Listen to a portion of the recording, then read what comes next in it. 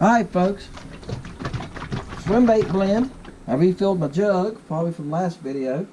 Somebody's probably going like, bam, Dennis has got more of that jug. I refilled it from a 5-gallon jug, guys. I buy it in 5 gallons and I put it in that gallon jug because it's easier to handle.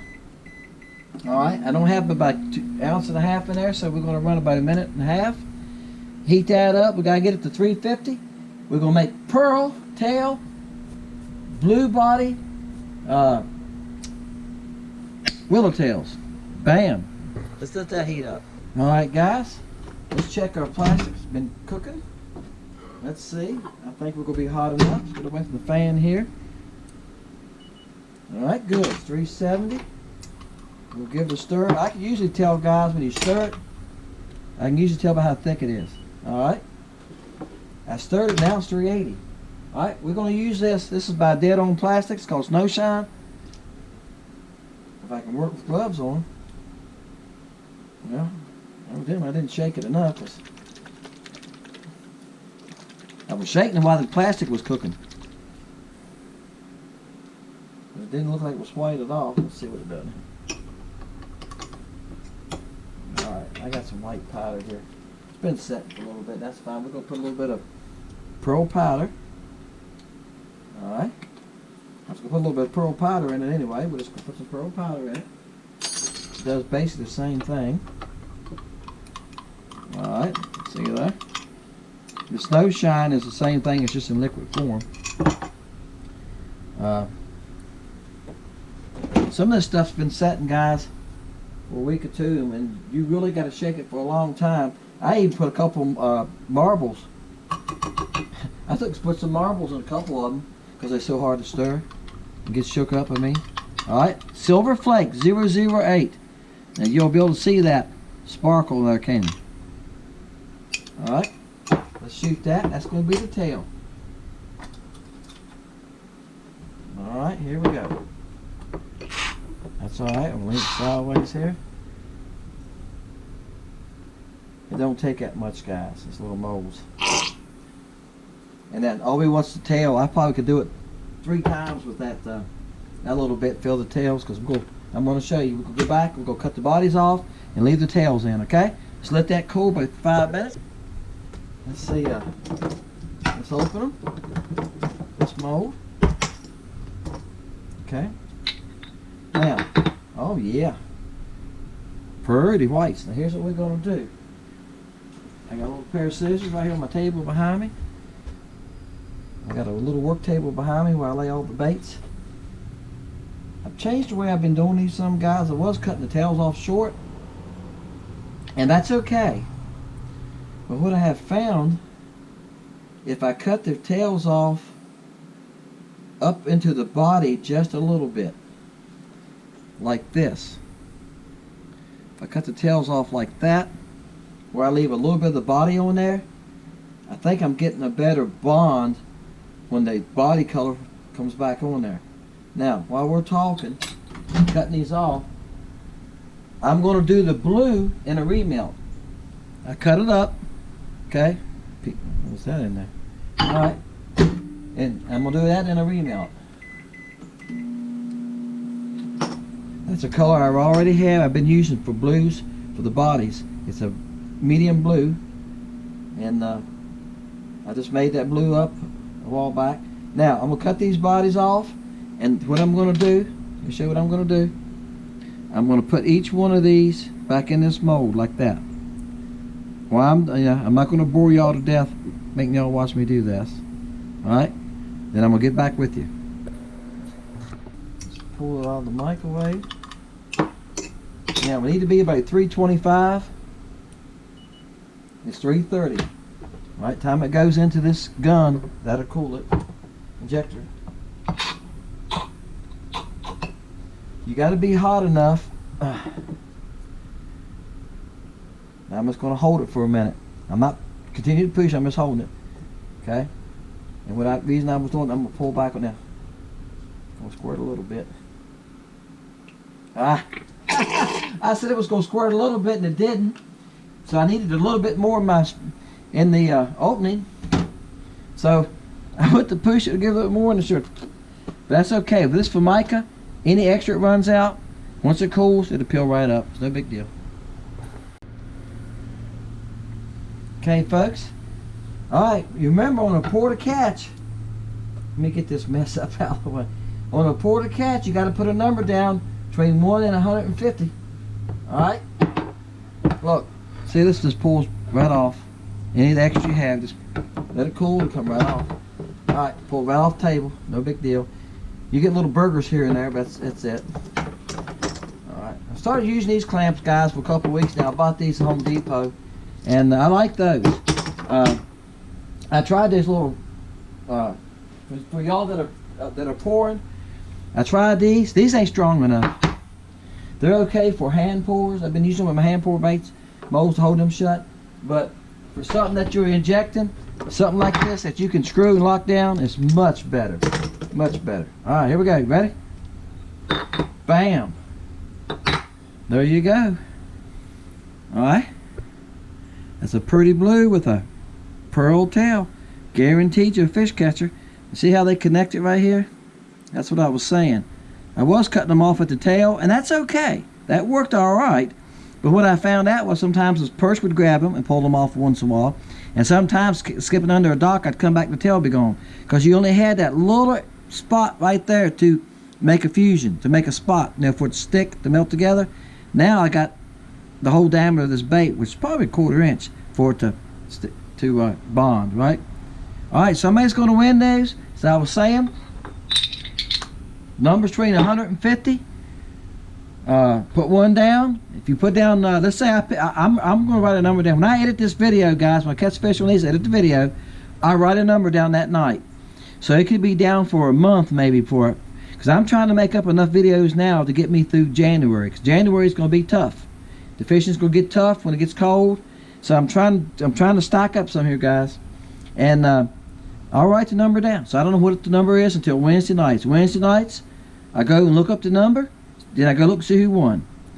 Put a number down between 1 and 150. Whoever gets the closest. If the number, let's say I write down 100, and you write down 105, you went over the number. If you go over the number, you can't win. Whoever gets closest to that number without going over that number wins. If somebody writes down 95, they're going to win, or 90. Okay, we got to have a criteria, guys. All right, and that's what it's going to be. I appreciate each and every one of you. I thank y'all for watching Fishing Lake Country. And whoever wins, will get these baits. Guys, I just got some comments this week back from the winner that won last week. He said the baits were awesome. He liked them. One guy from about 2 weeks ago commented, said he went fishing, caught a crappie on the first cast with the baits. So I'm getting good comments back from people that are winning the baits. And they like them. They like the colors. They like what I send them. I'm going to send you about 5 packs. Alright? And I'm going to send you mingled colors. You're going to get some chartreuse. I try to send a pack of chartreuse every time because, guys, crappie fishing, you can't beat chartreuse. Hey, my name is Dennis, Fishing Lake Country. See you next time, guys. Watch the video. Watch the clips of the fish I catch on it. And I'm going to give you an outro at the end. See you there, guys. Hey guys, Mason caught the first crappie today on the Halloween color. He's with me today, and we're just out fishing right now, trying to catch a few fish. And I'm telling you, it's windy. Y'all can see the water's nasty. It's not going to get any better. We went to the other end of the lake, the river end, to check it the first thing this morning. Because last year during Thanksgiving, this is Thanksgiving week, we nailed them up there. And look, the water is running so hard. They're dumping it out of Kerr Lake, and it's so nasty looking. We came back down here where I've been fishing. So y'all will see some familiar boat houses and areas today, because we're just trying to find fish, guys. And they're very hard to catch. We've been toying with these for quite a little bit, and he put this brown and orange one on, and bam. All right, guys, my turn. Net. Do I need a net? I got him. I just want to see if he'd offer me a net, guys, because most of the time I can have a 4-pound bass on, and he won't go for the net. That's all right. All right, guys, mine's not as big as the one Mason caught. He's a crappie.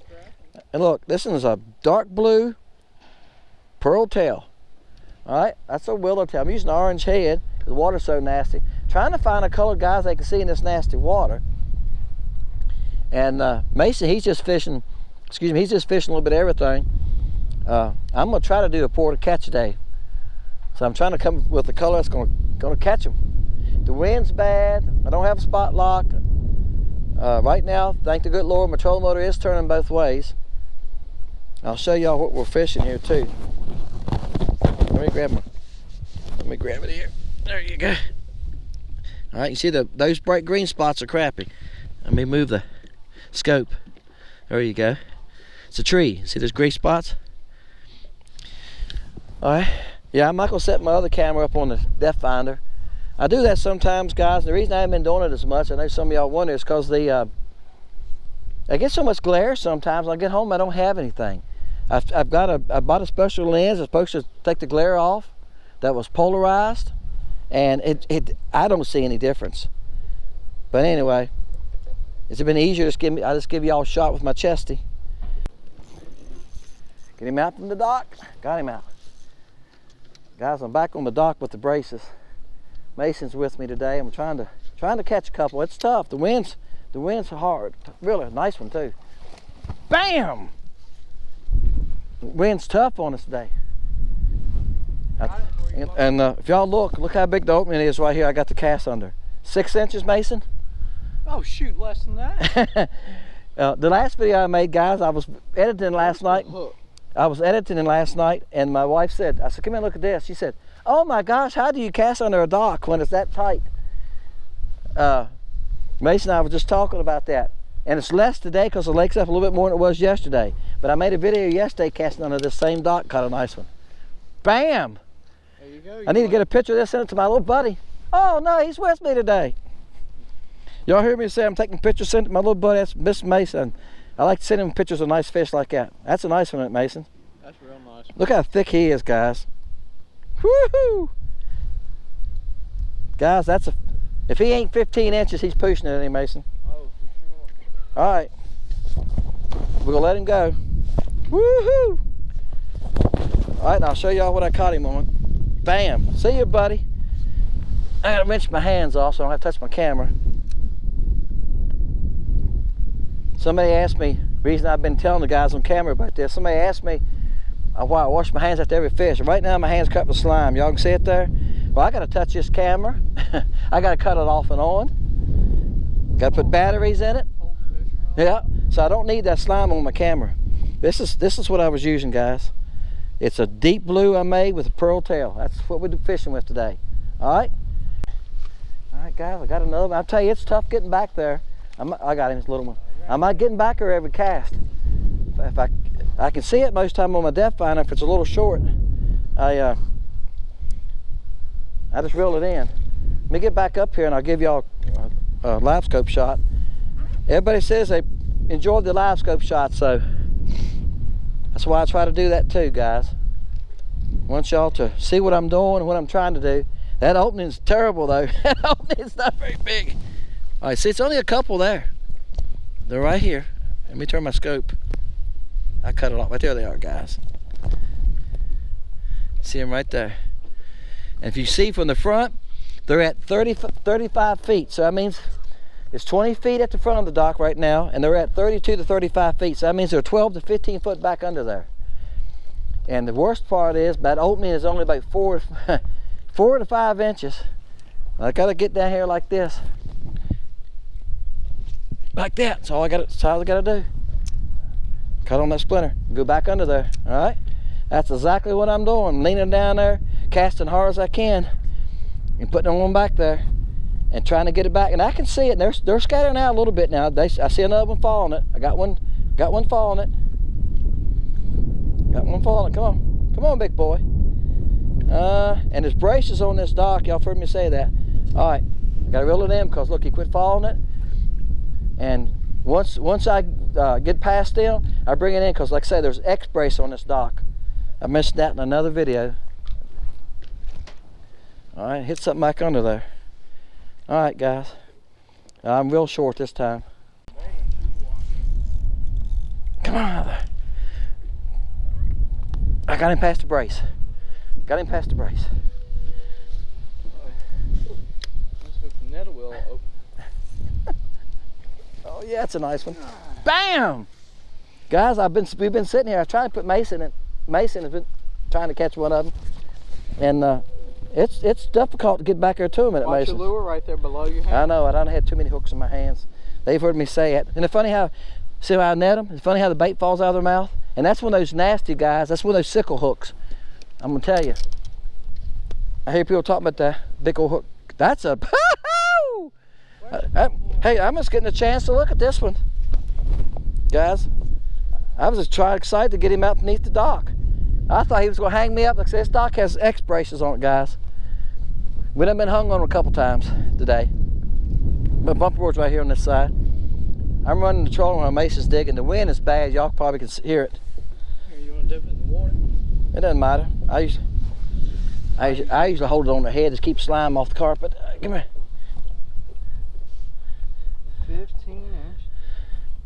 He's 15 touch, guys. He breaks 15 this little bit. 15 probably a 16th. If I had to give him extra. All right, 15 and a 16th. Nice crappie. Bam. There you go. We're